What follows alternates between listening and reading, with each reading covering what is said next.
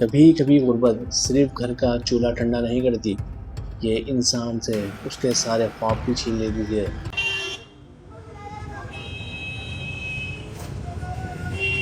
ये कहानी है ऐसी लड़की की जिसके सर से उसका बाप का साया बहुत जल्दी उठ चुका था। उसका नाम निमरा था।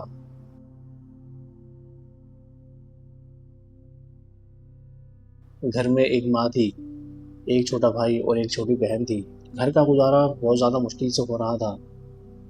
माँ कपड़े सी सी के घर का गुजारा जैसे तैसे कर रही थी।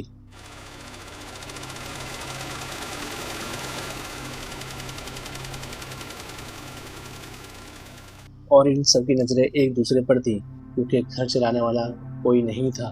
निम्रा की माँ सिलाई करके जैसे तैसे घर का गुजारा तो कर ही रही थी। कपड़े सीना, दिन रात मशीन चलाना और फिर उन चंद पैसों से घर का राशन, बिजली का बिल, घर का किराया देना बहुत ज़्यादा मुश्किल हो जाता था। Amma, should I bring you water? लेकिन महंगाई थी, रुकने का नाम ही नहीं ले रही थी। 6,000 घर का किराया भी एक बहुत बड़े पहाड़ की तरह लगता था। जी जी, मैं समझती हूँ, बस थोड़ा वक्त और दे दें। फिर एक महीना ऐसा भी आया कि किराया अदा भी ना कर सके और घर में ये सवाल पैदा हो गया कि अगला खाना कैसे आएगा। मैं बस यही चाहती हूँ कि सब ठीक हो जाए। फिक्र ना करो, हम मिलकर उसका हल निकाल लेंगे। यानी बात फाकों तक आ चुकी थी। निम्रा पढ़ना तो चाहती थी लेकिन गुर्बत की वजह से पढ़ नहीं सकती थी।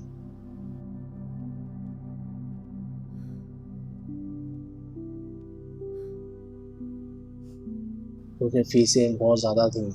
कभी उसका भाई स्कूल चले जाता था लेकिन स्कूल वाले ये कहकर निकाल देते थे कि उसके पास फीस देने के पैसे नहीं हुआ करते थे।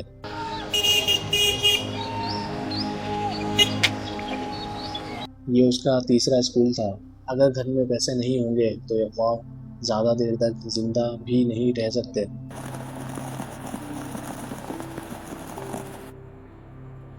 निम्रा की माँ दिन रात सिलाई करती थी लेकिन मुसलसल काम, बढ़ती हुई उम्र आंखों पर बहुत बुरा असर डाल रही थी।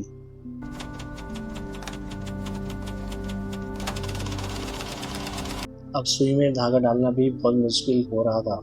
आंखों के सामने धुंधलापन सा आ जाता था लेकिन माँ फिर भी मशीन के सामने बैठ जाती थी क्योंकि वो जानती थी अगर ये मशीन रुक गई तो घर का चूल्हा बंद हो जाएगा।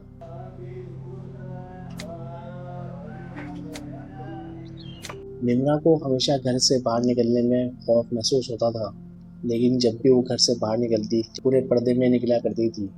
बस हाथ में एक छोटा सा बैग होता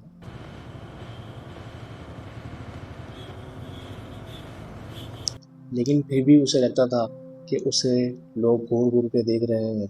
गली के कोने पे खड़े हुए लड़के, चबूतरे पे बैठे हुए लड़के मुंह में गुटखा अजीब नज़र से देखा करते थे। ऐसे देखते थे जैसे एक्सरे कर रहे हों।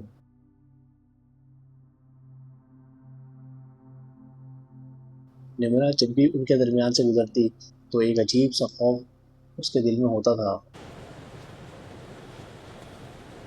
वो सिर्फ जल्दी से गली को पार करना चाहती थी। उसे बाहर की दुनिया महफूज नहीं लगती थी। एक दिन माँ ने निम्रा को अपने पास बुलाया। माँ की आवाज़ में बेबसी थी। माँ ने निम्रा से कहा, I know it is difficult, my love, but the family is struggling. We really need you to find work now. बेटा अब तुम्हें ही कोई काम करना होगा। अब मुझ में इतनी हिम्मत नहीं है कि मैं घर के काम कर सकूं। ये सुनते ही निम्रा का दिल जोर से धड़कने लगा। वो काम तो करना चाहती थी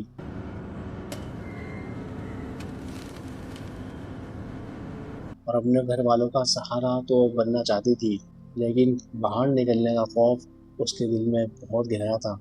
उसने दिल ही दिल में कहा कि या अल्लाह अब क्या होगा। मैं अपने घर वालों का सहारा कैसे बनूंगी। मैं लोगों का सामना कैसे करूंगी।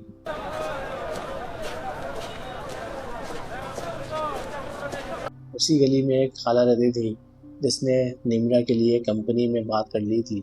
The manager said they need someone who speaks Urdu, English, and understands accounts. Just like you, Nimra. Company Korangi में थी जिसकी बस स्टॉप पे आ जाया करती थी। निम्रा के लिए एक ये छोटी सी उम्मीद थी। उसने सोचा शायद घर के हालात बदल जाएं।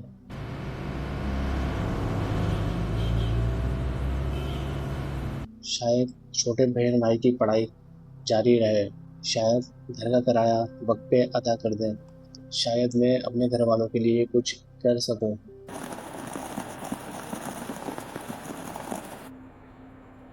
एक सुबह मामूल के मुताबिक निर्मला घर से निकली। वो पूरी तरह हिजाब में कवर थी, हाथ में वही बैग था और दिल में वही सोच थी कि या अल्लाह आज का दिन खैर से गुजर जाए। बेटा सब खैर से हो जाएगा, अल्लाह तुम्हारे साथ है। दुआएं करें अम्मा।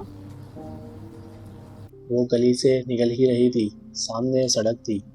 एक मोटरसाइकिल उसके पीछे से आई। उसके बाद कुछ ऐसा हुआ कि उसने निमरा को बिल्कुल साबित कर दिया।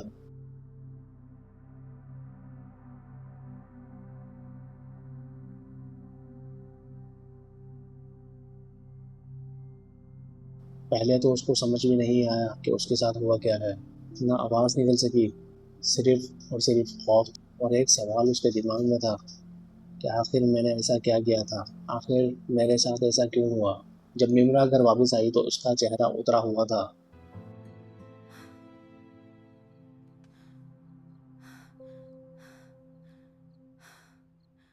माँ ने फौरन पूछा कि बेटा क्या बात हुई है। उसे समझ नहीं आया कि आखिर उसके साथ हुआ क्या है। उसके साथ कुछ ऐसा हुआ कि पूरे दुनिया ने देखा। ये खबर मीडिया पे भी चल रही थी। वो यही सोच रही थी आखिर मेरी गलती क्या थी, मेरे साथ ऐसा क्यों हुआ। जब माँ ने ये सवाल किया तो निम्रा ज़ोर ज़ोर से रोने लगी और माँ से कहा कि माँ मैं कल से घर से बाहर नहीं निकलूंगी। लेकिन माँ ने कहा बेटा हुआ क्या है, मुझे बताओ तो सही। निम्रा ने कहा कि माँ एक काम करो, एक दफ़ा हम सबको जहर दे के मार डालो ताकि हम इज्जत के साथ घर में मर जाएं। क्या हुआ बेटी? बाहर का माहौल बहुत ज़्यादा गंदा है। बाहर बहुत ज़्यादा जालिम भूखे भेड़िए घूम रहे हैं, वो हमें नहीं छोड़ेंगे। माँ ने ये सुना तो उसका दिल दहल गया। उसने निम्रा को गले लगा दिया और दोनों जोर जोर से रोने लगी।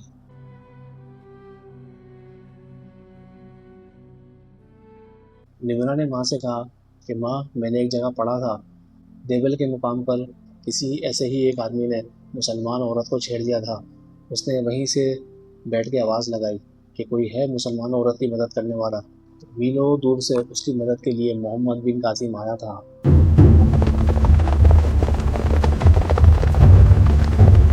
जिसने अपनी बहन का बदला लिया था।